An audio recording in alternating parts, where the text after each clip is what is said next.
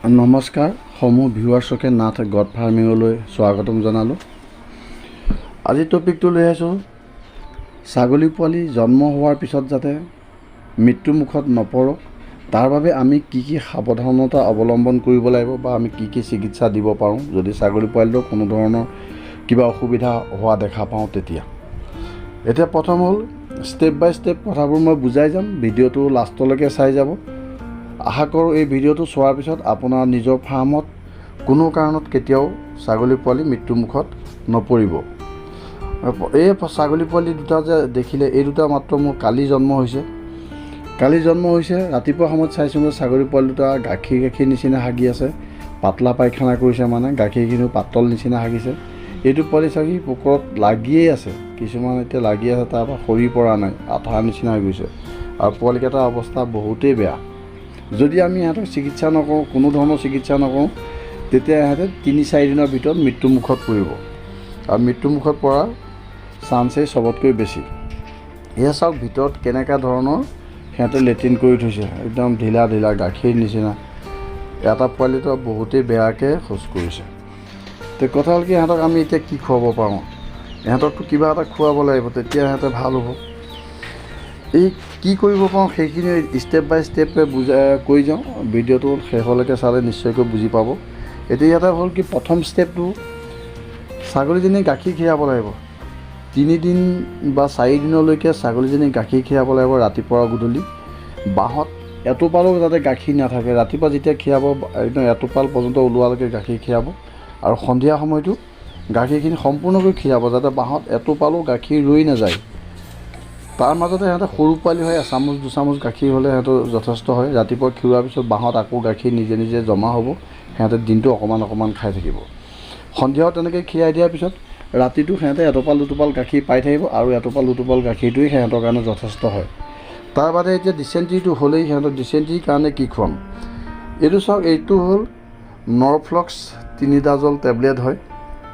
এইটো Norflox 3Z বুলি ক'লে ফাৰ্মাচীত পাই যাব। এইটো মানুহৰ টেবলেট হয়, কিন্তু মই ছাগলীক খুৱাইছোঁ, নিজে খুৱাই পেলাই পাইছোঁ, বহুত ভাল ৰিজাল্ট পাইছোঁ।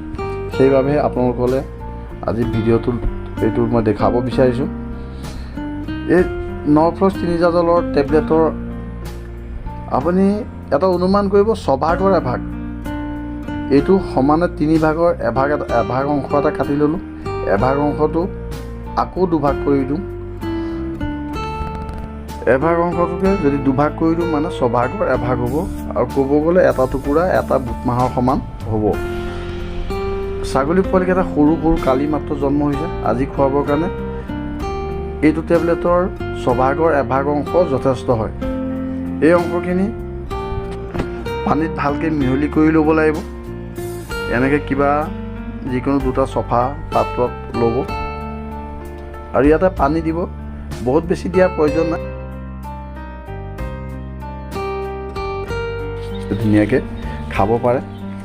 তো টেবলেট কেইটুকুৰা পানীখিনিত ভালকৈ মিহলি কৰি ল'ব লাগে আৰু চিৰিঞ্জকেইটা ল'ব লাগে 2 ml। 2 ml চিৰিঞ্জটো সচৰাচৰ মিহি চিৰিঞ্জ হয়, ছাগলী পোৱালি মুখত সোমোৱালে পোৱালিকেইটা কোনো ধৰণৰ কষ্ট নাপায়।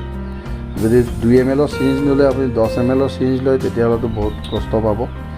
2 ml চিৰিঞ্জ লওক, টেবলেটখন ভালকৈ পানীৰ লগত গুলি লওক, লৈ পেলাই এতিয়া মোৰ 2টা পোৱালিৰ কাৰণে 2টা চিৰিঞ্জ একেলগতে ৰেডি কৰা গৈছে। এইখিনি ৰেডি কৰি লৈ পোৱালি দুটাক সাৱধানে খুৱাই দিওঁ যাতে পোৱালি দুটাই কোনো ধৰণৰ কষ্ট নাপাওক। যদি জিভাত বা মুখত কোনো ধৰণৰ কষ্ট পায় সিহঁতে আকৌ গাখীৰ খোৱাত অসুবিধা হ'বগৈ, গতিকে বহুত সাৱধান, লাহে সিহঁতৰ পোৱালিকেইটাক ঔষধকণ খুৱাই দিয়ক। ঔষধকণ খুৱাই দিলে পোৱালিকেইটাৰ ডিচেণ্ট্ৰিটো ভাল হৈ যাব। এইটো 1 টাইম খোৱালে হয়, বেছিকৈ খুৱাব নালাগে। আজি মাত্ৰ এতিয়া ৰাতিপুৱা খুৱাই দিছোঁ আৰু সিহঁতক খুৱাব নালাগে, কোনো কাৰণত খুৱাব নালাগে, ডিচেণ্ট্ৰিটো ভাল হৈ যাব। ঠিকে আছে, কিন্তু পোৱালিকেইটা যে কমজুৰি হৈ গ'ল, বহুত দুৰ্বল হৈ গ'ল।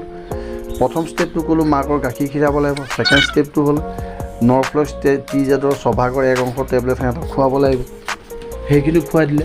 তাৰপিছত থাৰ্ড ষ্টেপটো কি কৰিব লাগিব, সিহঁতে যে দুৰ্বল হৈ গ'ল, বহুতখিনি দুৰ্বল হৈ গ'ল, দুৰ্বলটো এতিয়া ভাল কৰিবৰ কাৰণে কি কৰিব লাগিব? এইটো চাওক, এইটো হৈ গ'ল গ্লুটন ভিটামিন। এইটো চাওক, এইটো হয় ব্ৰুটন হয়, এইটো ভেটেনেৰি ইউজৰ কাৰণেই হয়। এইটো লিভাৰৰ কাম কৰে। এই দামটো বৰ বিশেষ নহয়, এনেকৈ ব্ৰুটন এটা 200 ml মাত্ৰ। এইটো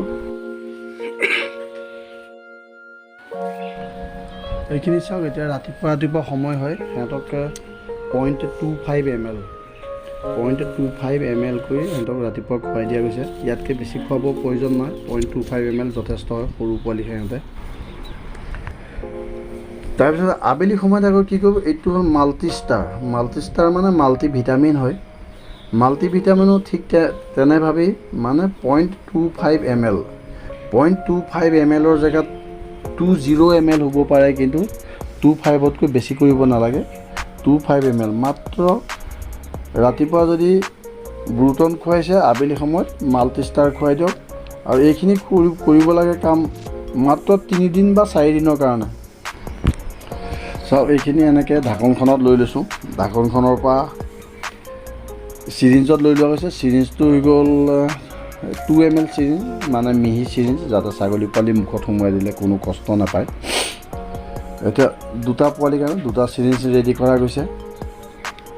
এইখিনি মাত্ৰ 3 দিন বা 4 দিনৰ কাৰণে ব্যৱস্থা ল'লেই হ'ল। তাৰপিছত কোনো ধৰণৰ একো কৰিব নালাগে। পোৱালিকেইটা নিশ্চয়কৈ ষ্ট্ৰং হ'ব, ভাল হ'ব, খোৱা বোৱাত সিহঁতে মনোযোগ দিব। আৰু আশা কৰিম আপোনাৰ ফাৰ্মত পোৱালি কেতিয়াও নমৰে।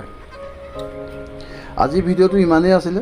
যদি ভাল লাগিছে ছাবস্ক্ৰাইব কৰিব, এনেধৰণৰ ভিডিঅ' দিলে নিশ্চয়কৈ পাব। লাইক কৰিব, শ্বেয়াৰ কৰিব, কিবা আৰু এক্সট্ৰা জানিব লগা থাকিলে কমেণ্ট কৰিব। থেংক ইউ ভিডিঅ'টো চোৱাৰ বাবে।